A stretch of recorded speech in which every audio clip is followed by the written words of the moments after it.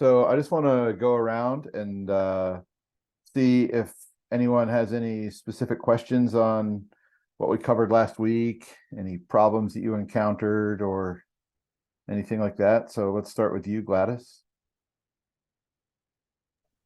Well, I didn't do that much, so I haven't encountered many problems yet. But I wanted to ask a question. It's not related to it, so maybe it you can check it afterwards or something.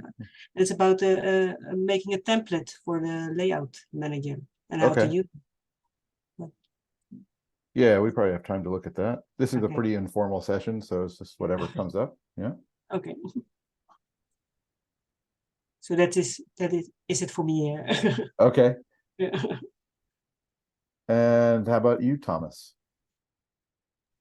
Well, that's also a technical question. The difference between what's called shape files and GeoPackage. What's the big difference?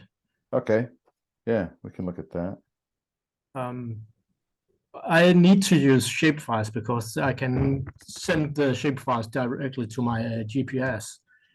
Okay. But it seems that the GeoPackage is easier to work with. So.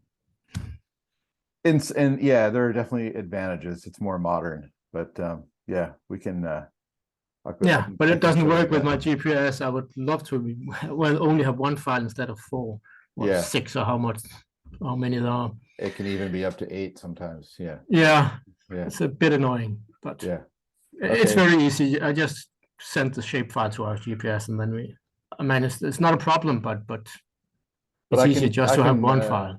Show you the differences between the file formats and the disadvantages and advantages of each. So and then it's not a problem, but I couldn't find it with the first the legend, the first assignment.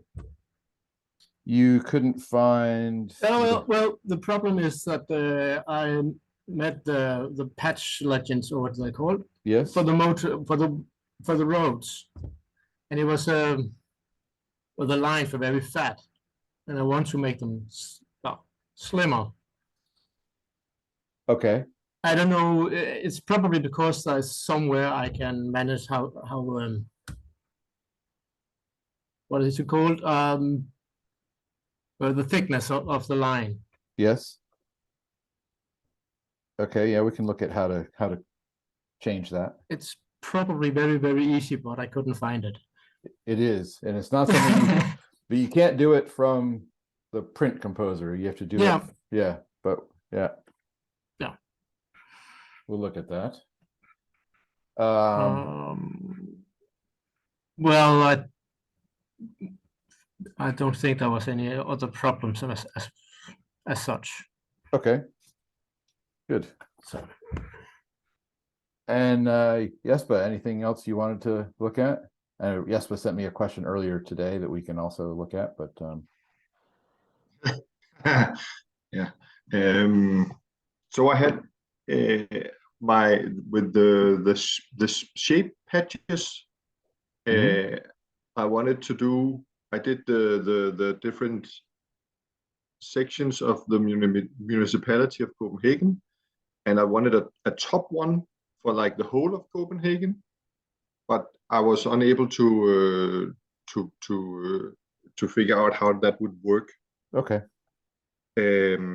For the topology assignment, I wanted to create my own the gradient. Yeah, color ramp. Color ramp. Yeah.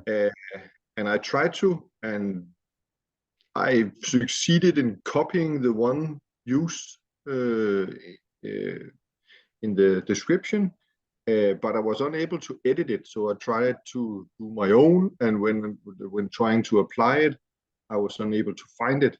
So I found one with the colors that I actually wanted to add. So I wanted to add a bit of blue at the bottom to like symbolize rivers and whatnot, because those would be the deepest part. And so I found one and I used that instead. but it kind of annoys me that I wasn't able to make my own. Okay, well, I'll show you how to do that. I think I had another one. You wanted to look at merged features. The Yes, merged that's true. features symbol layer type, yeah. I mean, you mentioned that at the end of class last week. Yes, yes, but I think now perhaps if I remembered, Yeah, if we this isn't your only chance. no, good. Yeah. Okay, and Christian.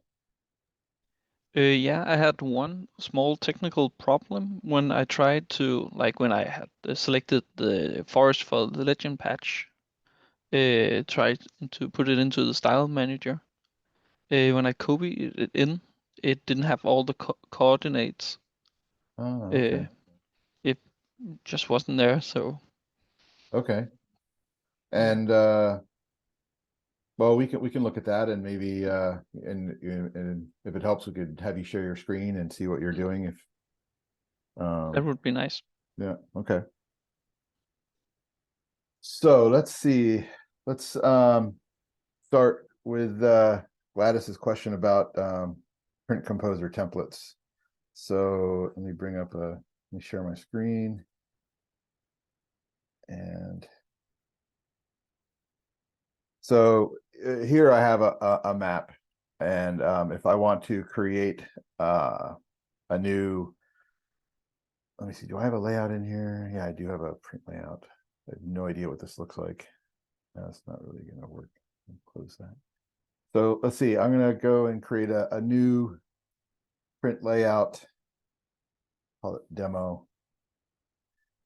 And now I'm just going to quickly add a map to this. And I'm going to add a title using the add label tool. So I'll drag a box where the title goes. And move this zoom control out of the way. And give it a title and change the font. Just give it a bigger font size here. And so there's that. And then I could add a legend. When you add a legend in QGIS, it adds all the layers that you have in your map. And so usually you don't want them all. So I'm going to uncheck auto update, and I'm just going to remove everything except the municipalities here. So I just have one layer in my legend. And yeah, like as we went, I could apply a legend patch shape to this if I wanted to. Don't, yes, here we go. I'll give it the shape of Bornholm there. So there's my legend, and then I can do something like, let's see, I'll add a north arrow and scale bar. Cancel that.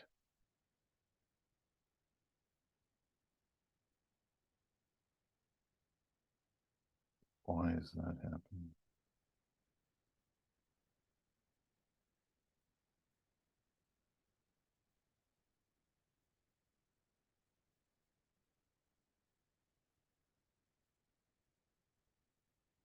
So here's a scale bar. So I'm not going to spend a lot of time making a beautiful map, but let's say I have all the elements of my map that I want to have here. Give the map a frame. So I could, what I can do now is go up to the duplicate. There's land.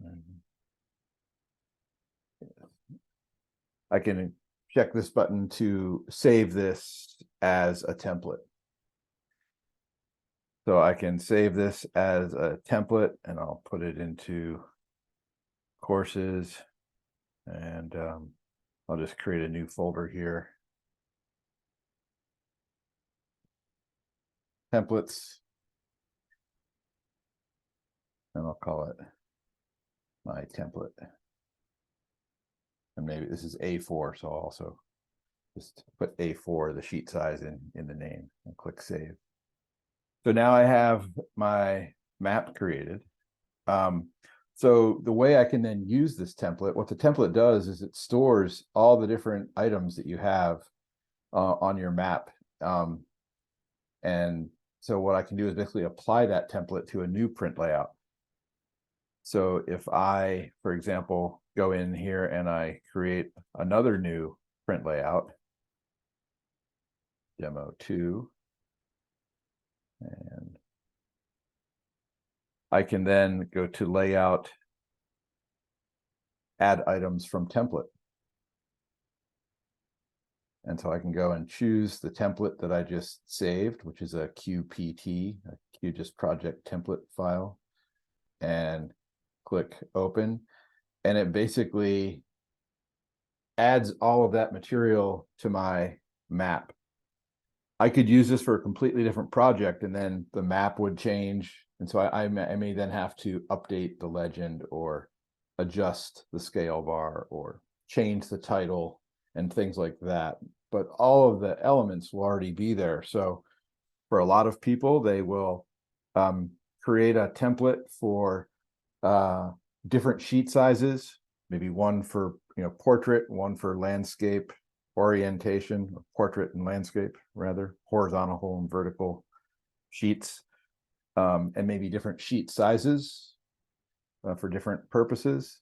And you can also include your organization's logo and anything else that would go on your map. And so it just speeds up map production because you can already have the basic map elements that will go on every map that you create. And it will automatically put them on there, and then you just have some tweaking to do, but you're not starting from scratch. You have the basic items already included on the print layout. So that's essentially what a print template does.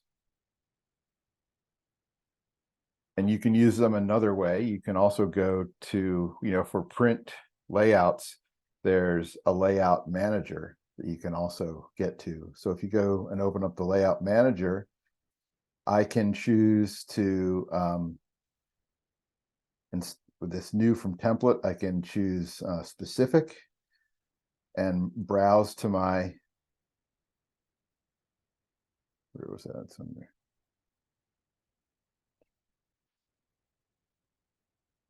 Browse to that template I just created.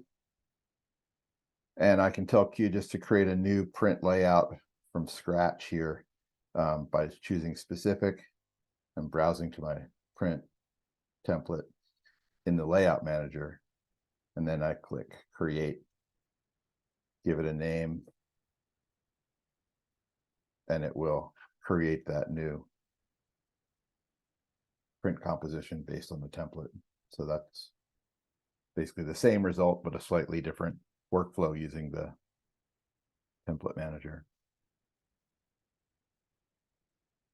So is that helpful, Gladys? Yes, thank you. I didn't find that button at first, so I made the template, but when I imported it, it didn't know the Qt. I don't know. Yeah, I didn't know that add items from template. Mm-hmm. And I think in the layout properties, I didn't think I used specific.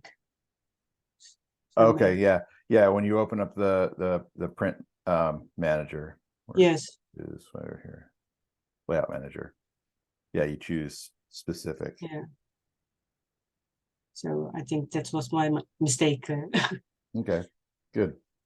Thanks. And see the next question. Sorry, Oh, no, I have a go ahead. question. I have a question. Yeah. In this template, Yeah. would I be able to make another page, but then with orthophoto instead of this one? Yeah. So So I would like 2 pages, One with well, with this one, and then the next page with the orthophoto, and then Mhm. Yeah, so the workflow for that would first be going in here and creating what's called a map theme. So a map theme is basically just defines which layers are part of the map. So here I can create a map theme by clicking on this little I button in the layer panel and going down and tell QGIS to add a theme. And I'll call this yes, background map. And so that's one theme. And then I can go and add some aerial photography, a layer here. And yeah, that works. And so I can turn off the other background map, and I can call this map theme air photo. So I have two map themes.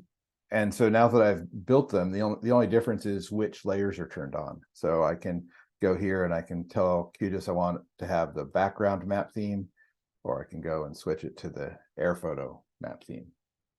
And so I set those up. If I make a mistake and I don't have the correct layers turned on, I can simply correct the layers that are turned on and tell it to replace the theme so that it's what I want it to be. So you can have as many map themes as you want. And then in the print composition here, what I would do here is select my map object. And then in item properties for my map object, there's this item to follow map theme. So I can tell QGIS to follow a map theme and that this is going to be the background map theme. So it'll do that. And then I can, where is it? Create another page. So I can go to, you can either create a different layout or you can add a page to this one. So I can choose add pages here to add a different page to this one layout, if that's what I want. And insert it after the first one. Still going to be A4. Click OK. I think I can select this one. I haven't tried this before, Thomas. Let me see. Add items from template. Let's see if this will work. No, it did it to the first one. That's kind of annoying.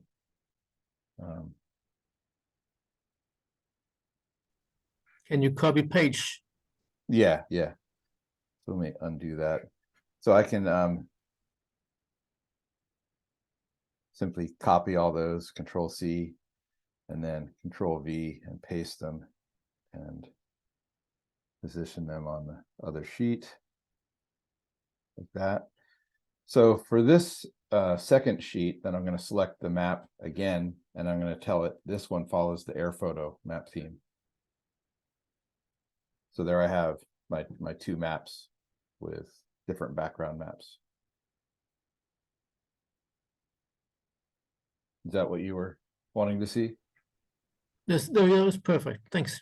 Okay, great. I'm looking for a website that explains the difference between shape files and GeoPackage. If I can't find it quickly, I'll send it via email and a link to everyone. Blog about it.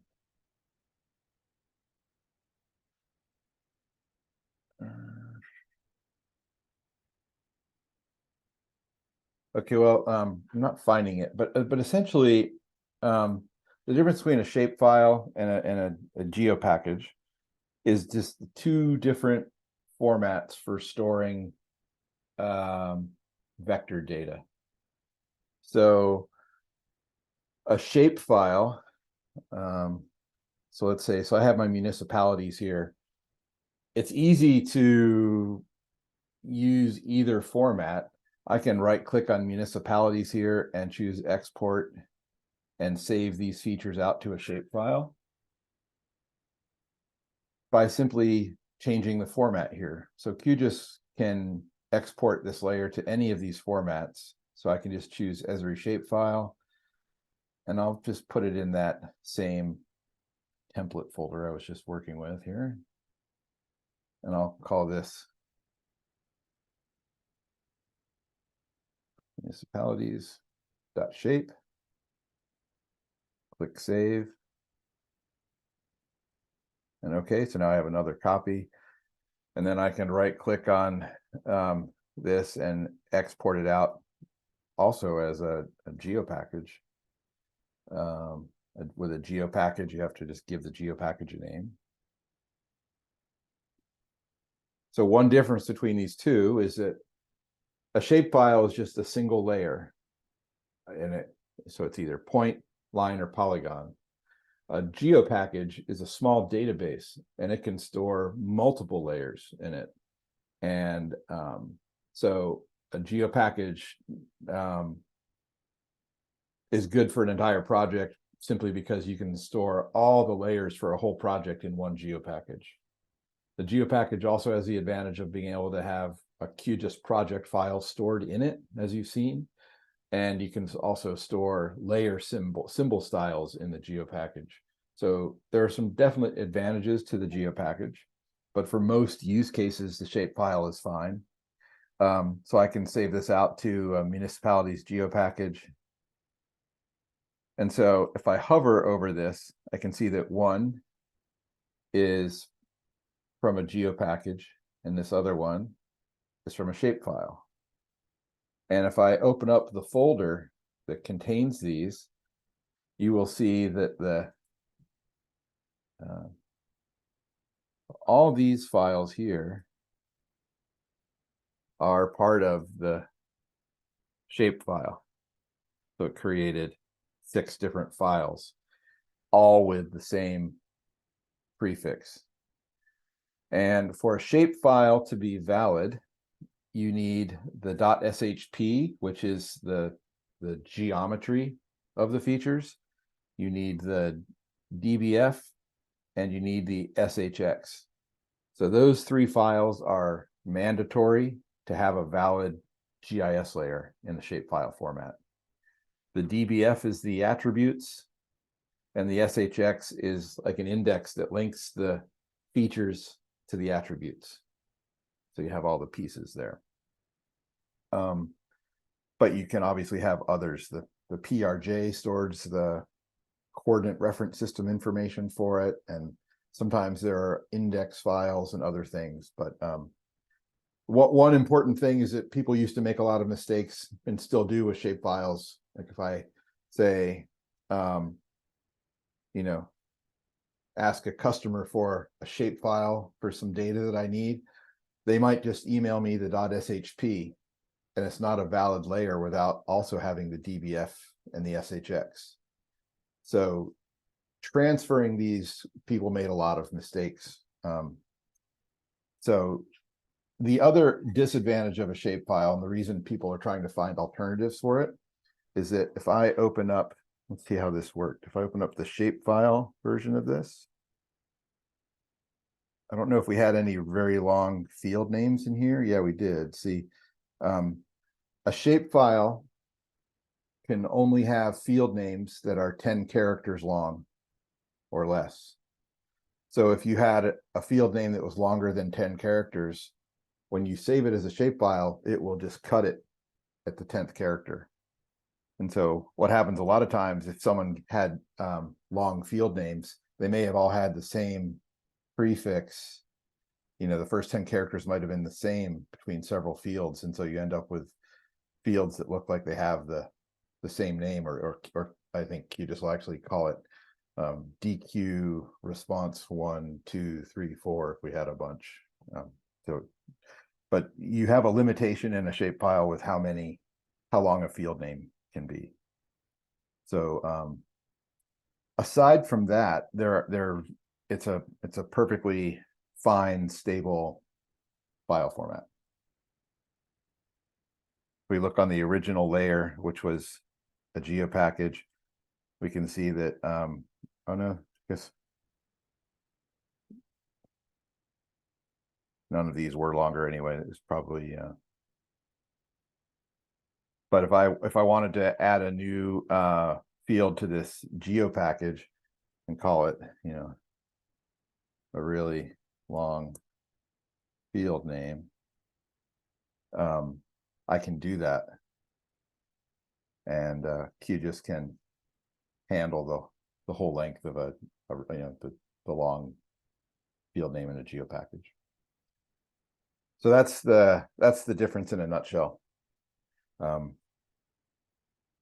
But QGIS can read and write both formats. It's at QGIS version 3, the geo package became the default format for QGIS, but you can still work with shapefiles just as easily. So really nothing preventing you from using shapefiles.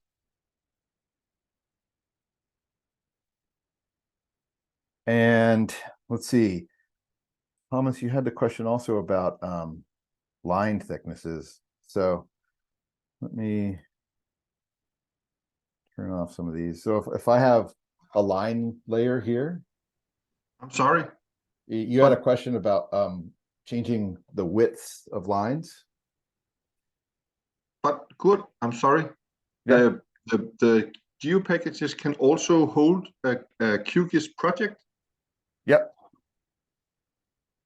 So for example, I could save this project into that geo package I just saved. I could go to project, save to, and when you choose save to, you can save it into an Oracle database, a PostgreSQL database, or into a geo package. If I choose geo package, I simply have to navigate to the geo package that I just created, or the one I want to use, and give my project a name. And my QGIS project is now stored in that geo package. So if I go to my browser and find that templates folder here, here's that geo package I just created, and here's my QGIS project file saved into it. So if I want to open a project in a geo package, I have to go through the browser. You can either go through the browser and just like expand the geo package and find the QGIS project file and drag and drop it onto your map canvas and it would open it. Or you can go to project, open from, and choose geo package. And then Okay. you simply I think I browse. made the mistake of just using the open, and that doesn't work. Yeah, so if it's saved in a geo package, you have to open from. Okay. Yep. Or use the browser panel.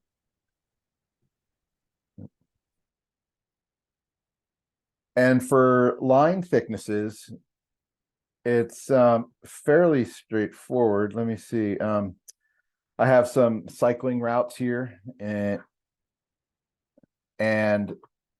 they're styled by type, in this case, categorized by the network that they're in.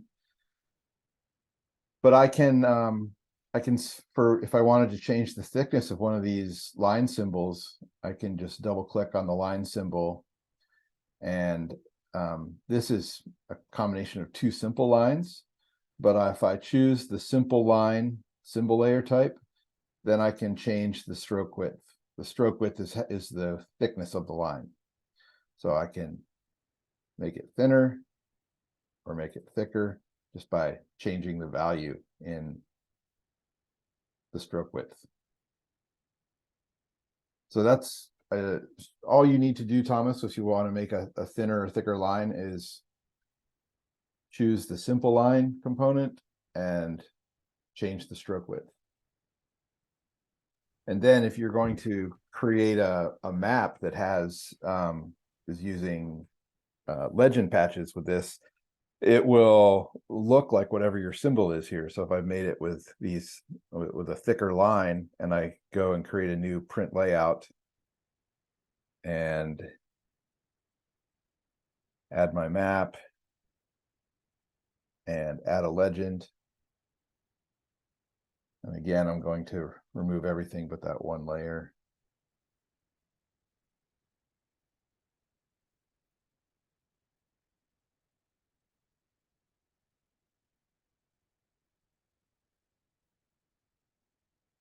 So I just have my cycling routes on the map. To change these to using a legend patch shape, I can simply double click and go to shape. I'd have to clear my filters to find my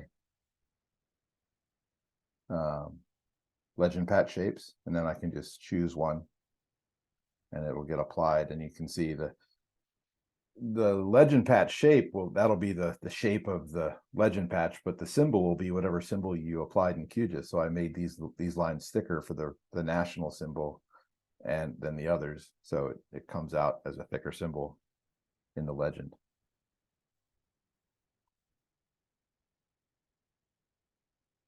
So does that help with that, Thomas? Yeah, I thought you could do it in well, in the what's it called? The print layout? Yeah, in the print layout. No, you can't change symbology in the print layout. Okay, so you have to do it well, in the project. Yeah, so Okay, in the cool. project, you set up all your symbology the way you want it, and then you open up a print composition and Okay. design your map. Yeah. Yeah. Perfect. Well, it's easy. Yeah. Everything's easy once you know how to do it. Yeah. So moving on to Jesper, who wanted to know how to if you wanted to make a, let's say, so what Jesper did was for the legend patch exercise was he created individual legend patch shapes for all the municipalities in the Copenhagen area for his map, so he could have them all in the legend. And if you wanted to make a legend patch shape for all of the, all the municipalities in the greater Copenhagen area, I think what you do, Jesper, is use this tool called Dissolve. So if I could select a bunch of municipalities here, and then what I would do is go to the vector menu, to geoprocessing tools, and I would choose this tool called Dissolve. And what this does is it will merge all the polygons into one feature. So I could choose Dissolve, and I would check the box here for selected features only. So it's just going to dissolve these selected municipalities together. This tool lets you choose a dissolve field if you want to dissolve based on some attribute. But here I'm just going to dissolve all of these into one polygon, so I don't need to set that. And since I'm going to be using this just to create a legend patch, I'm just going to make it as a temporary layer because I don't need to save it to disk to do that. So I'm just going to set the output of this tool to, as the default, create temporary layer, and click run. And when it's done, I now have a dissolved polygon of all of those municipalities. And then, and let's see, with Christian's question too, let's see if going through this again helps answer your question. If not, we can have you share your screen. So if I want to make a legend patch from this now, I select the feature. The next step is to look for the digitizing toolbar, which is this one here, the one with the pencil on it. And as soon as I have a feature selected and I have the layer active, so I want this dissolve layer to be the active layer in my project, so it's highlighted in blue. And I have a selected feature, and you'll see the copy feature button becomes active. If I don't have any features selected, it's not active. But as soon as I select a feature, that copy features button becomes active on this toolbar. And I can just press this to copy the feature. So it's on my clipboard now, the geometry of this feature. So now I can actually clear the selection because it's already on my clipboard. And I can open up the style manager.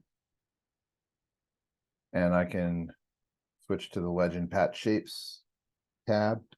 And I'm going to choose from the plus button to create a fill legend patch shape.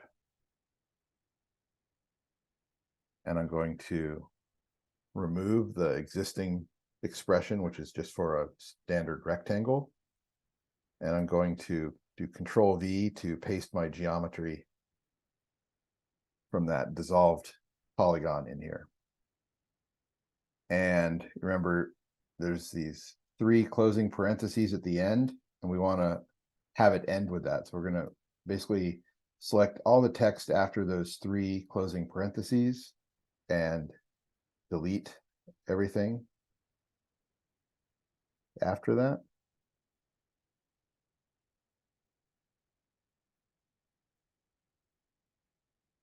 I'm just holding down the delete key so it all gets removed. Okay, so now it ends with those 3 closing parentheses. So now I need to scroll to the top and then remove everything before the function, the geometric function that defines the feature multi-polygon Z. So I'm just going to delete everything highlighted in blue here and delete that empty space so that my expression goes from this function down to the bottom of the last coordinate pair and ends there. So now I can save this legend patch shape. And this may have happened, Christian, too, if you couldn't find one, is now in QGIS you have project styles or default. And project styles is usually the default value, and that would mean that you would only be saving this legend patch shape into your project's styles. Project has its own style repository, basically. But if you want to use it permanently across all of your QGIS instances, you would choose default and then give this a name. Copenhagen. And you could tag it any way you'd like. Add to favorites and click save. And now it's been added. So I now have that legend patch saved here, and then I can apply it. And so applying this would be the same if I wanted to open up a new print layout and add my map and a legend to this.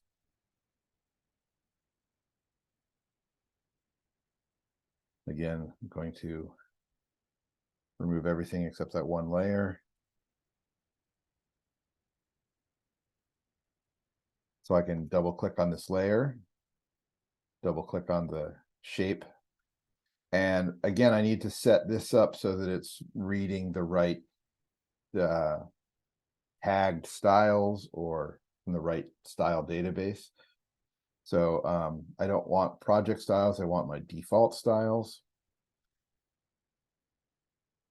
And if I scroll down, I see all those default styles, and there's the one named Copenhagen that I just created. So I can choose that, and it go ahead, it's adjusts the legend patch shape.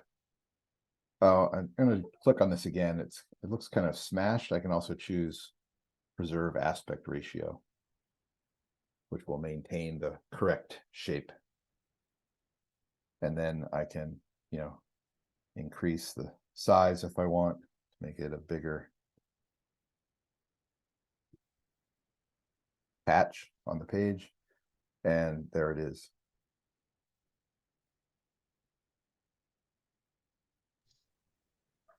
I used some different tools, but I did get to that point where I got a shape of the Copenhagen. My issue was with the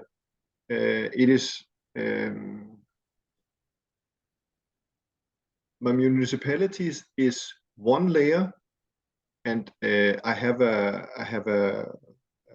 shape for each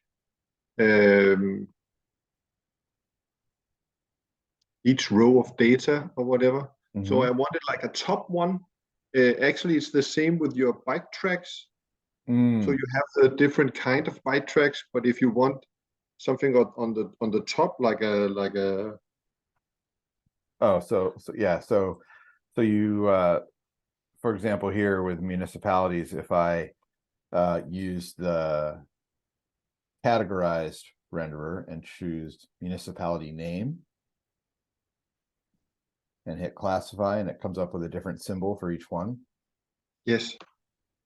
So that's great and all, but when I do the legend, I want like a top one with all of them combined. Oh, I yeah. make my own, but I want one for the header or whatever. Okay. Yeah, it doesn't really work that way. Legend patches aren't really invoked at that level. level. Yeah. No, it's okay. It's just So if I was missing some little, I had to do a little click or doohickey or whatever. It was just if I was missing something, then I let's would see. like to know. Yeah, which one is this?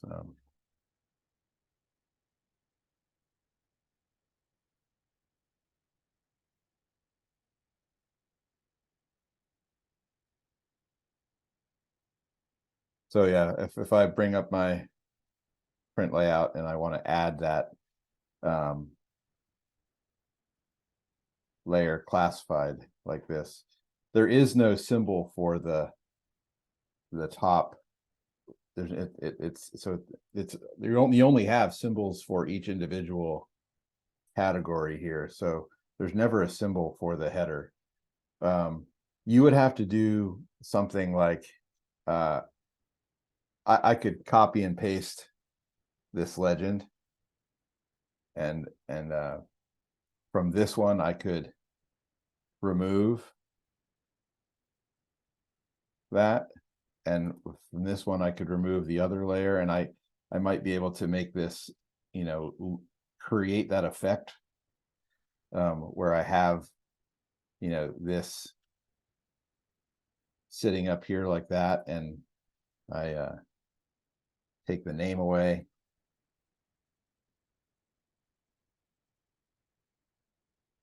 Wait, it's really slow. Okay. So that I have something like that, I might be able to, I'd have that's the only way you'll be able to do that, is to use two legends and kind of hack your way into getting that effect. But thank you anyway.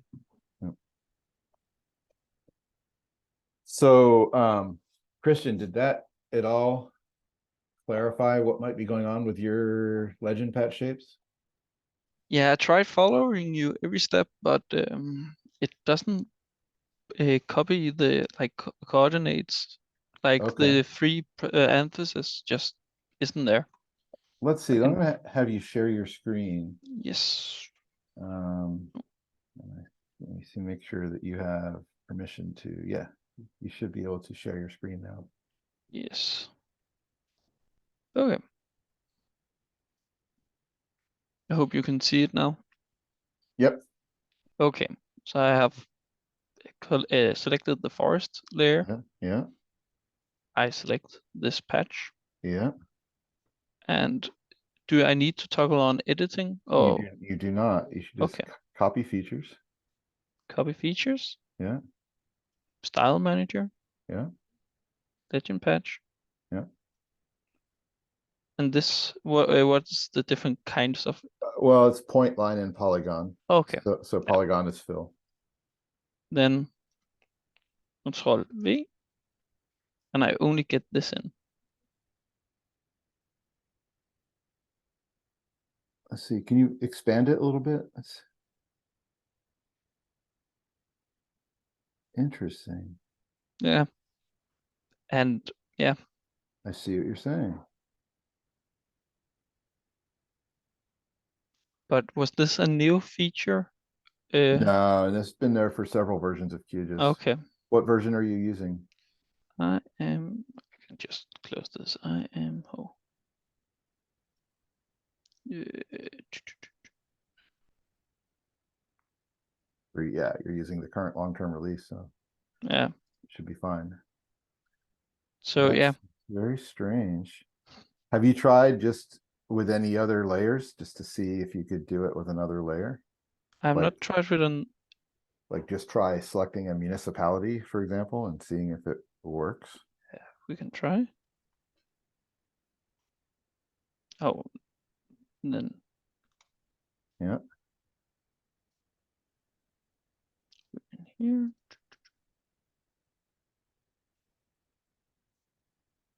It does the same. Wow, does the same. Okay, Uh, I wonder if that's a known bug. I thought so, or maybe I should like reinstall QGIS or something like that. I don't know. Or maybe go through what plugins I have. I did exactly the same as you. It works well with my computer, and I have the same QGIS 28.5, I guess. So it's very strange. Hmm. So the same thing is happening to you, Thomas? No, not at all. No, It, no. it Okay. works with. Works for you. I did exactly the same Yeah. as Christian, but it works with well with my computer. Yeah, that's interesting because I've never seen that before.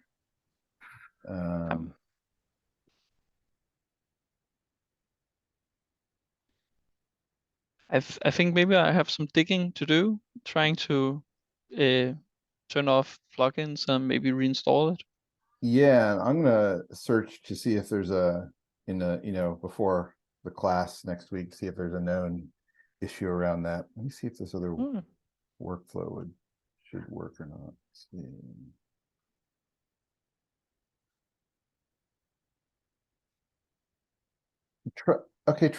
Try this. Just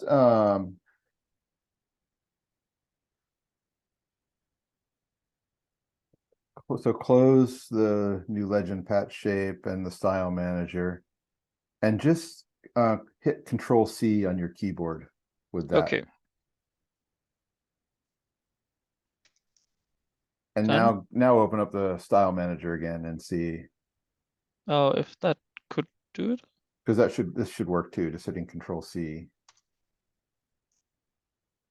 Nope. Huh, it's not. Okay, that's interesting because Yeah. there's a like a nice little shortcut sometimes, like if you should be able to Control C on a selected feature. I have also tried to just And then- copy it and paste it into the layer, and Yeah, I can get the shape copied, so it knows the geometry of it. It just doesn't put it in here. yeah, it's really strange. I don't see anything. You're doing everything Mm. correctly, so it's not you. That's good to know. What does it do with if you paste it into something like Word? Oh, I can try that. Or Notepad, maybe. Yeah. Yeah. I'll try Notepad. Yeah. Same. No. Okay. Well, maybe we have found a bug. I'll check that out. Okay.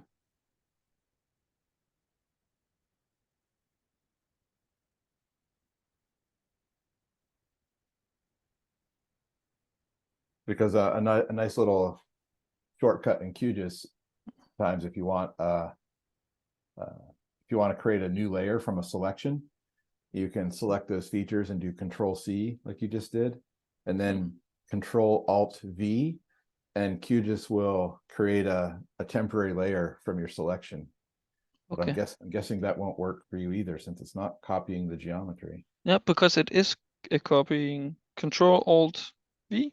Yeah, Control Alt V layer. Yeah, so you can call it. Yeah, it calls it pasted by default. Ah, but it did. Yeah, exactly. I Okay. tried to see if it even copies some of it, but it does. Huh. It Okay. just doesn't paste it in the style manager. Well, that's a good sign. At least that's working. But yeah, we'll have to troubleshoot that, and maybe I can figure it out before the class on Thursday. Okay. But don't worry Yeah, about the assignment. It's not.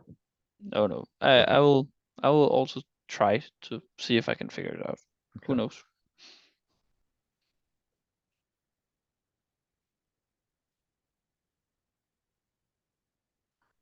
So I'm gonna stop your share. And there's one other thing I was gonna show is this is a question that Jesper had. I have a lot of too many QGIS windows open here.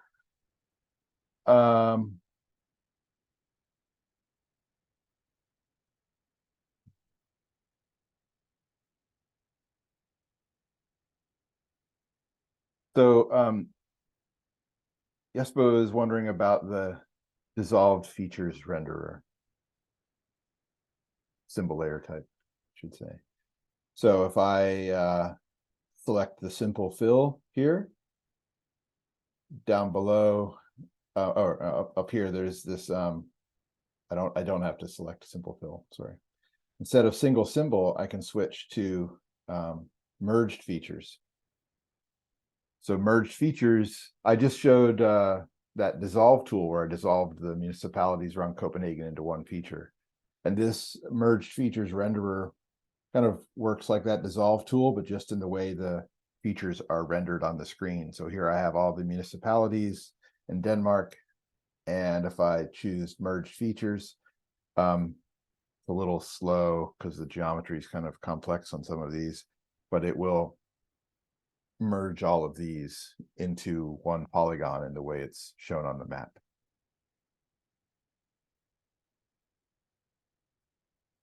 Let's see if that doesn't take too long.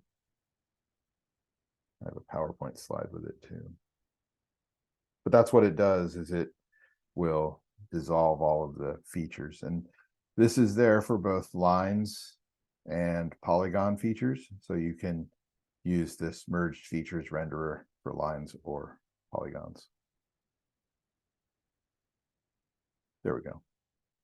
So it's just showing all the municipalities as just one polygon now.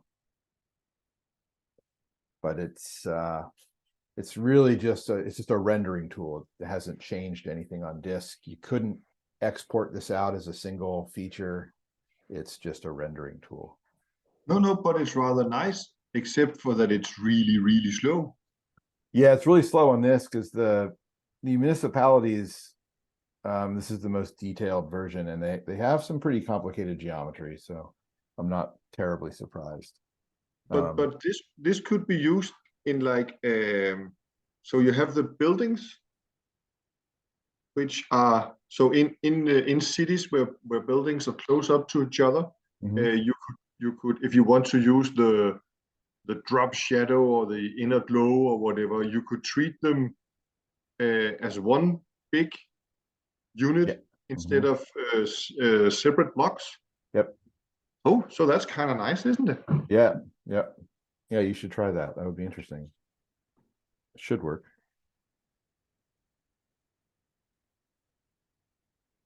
So good. Yeah. So I have there were some other I have a presentation that I gave to the Danish QGIS user group last year on new symbology and labeling features in the QGIS 322 and 324, because those two versions had quite a few new additions. And let me see, where is that? Well, this will be a nice segue. So next week, we're going to look at this renderer or symbol layer type in QGIS called geometry generators, which allow you to change the geometry of a feature. And so there are some new functions in QGIS that came out with 324 called wave functions. So here for this, I have this line off the coast, and I switched to a geometry generator. And when I switch to this, I can choose which geometry type I want to use. And then I can enter an expression using a function, kind of like the functions that the legend patch shapes are created from, to change the geometry of that feature in the way it's rendered. And so here I'm using the wave function to make these kind of smooth curved lines off the coast that I have into waves. And so you can adjust the amplitude and the magnitude of the wave with these values here. The 15 and the 1 are the wavelength and the amplitude. So you can adjust those values and change the way it looks on the map. So we're going to look, this is just one example of using geometry generators. There is a series of these functions that was introduced at 324. There's wave randomized, which lets you do things like this, square wave randomized, triangular wave, and triangular wave randomized. So every possible version is there. Another example of this is Sorry. Yeah. Are these also in these wave functions? Are those also in the patch? Can you use them as shape patches? I think you should be able to. I don't see why not, because I think you can use anything in the expression engine in there. I've never tried, so we'd have to experiment on that. That would be cool. Yeah. But there are hundreds of geometric functions in QGIS, and this is another example of one that came out with 324. It's a function called scale. And so there's a type of map called a cartogram shown here, where you change the size of the features based on an attribute. And so here, the attribute that I'm working with is population density. And I'm changing the size, I'm scaling the size of the municipalities based on the population density. So I'm taking the geometry of each polygon, and there's a field in here called population density, which I'm dividing by 500 for the X scale, and for the Y scale, the same thing. And so it shrinks or expands the size of the municipality based on the population density. So this is just a couple examples. There's a lot of different creative ways you can use the geometry generator, and we're going to look at some simple use cases. Another way you can use it is to do something like this for lakes. So this I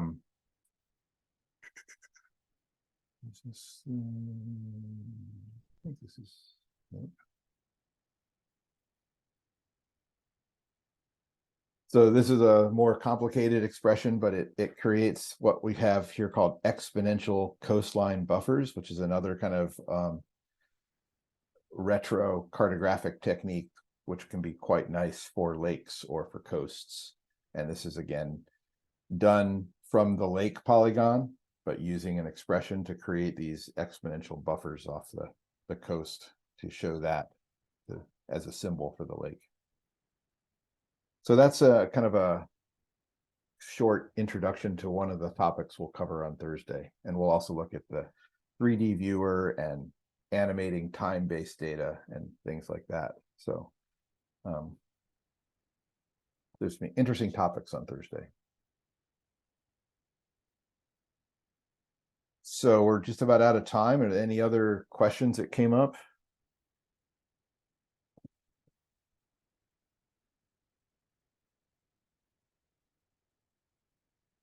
No. Okay. Well, I will send you this recording so you can review anything that we talked about today. And I will see you on Thursday afternoon. Okay. Thanks. Thanks for the help. Yep. Yeah. You're welcome. Yeah, bye. Bye.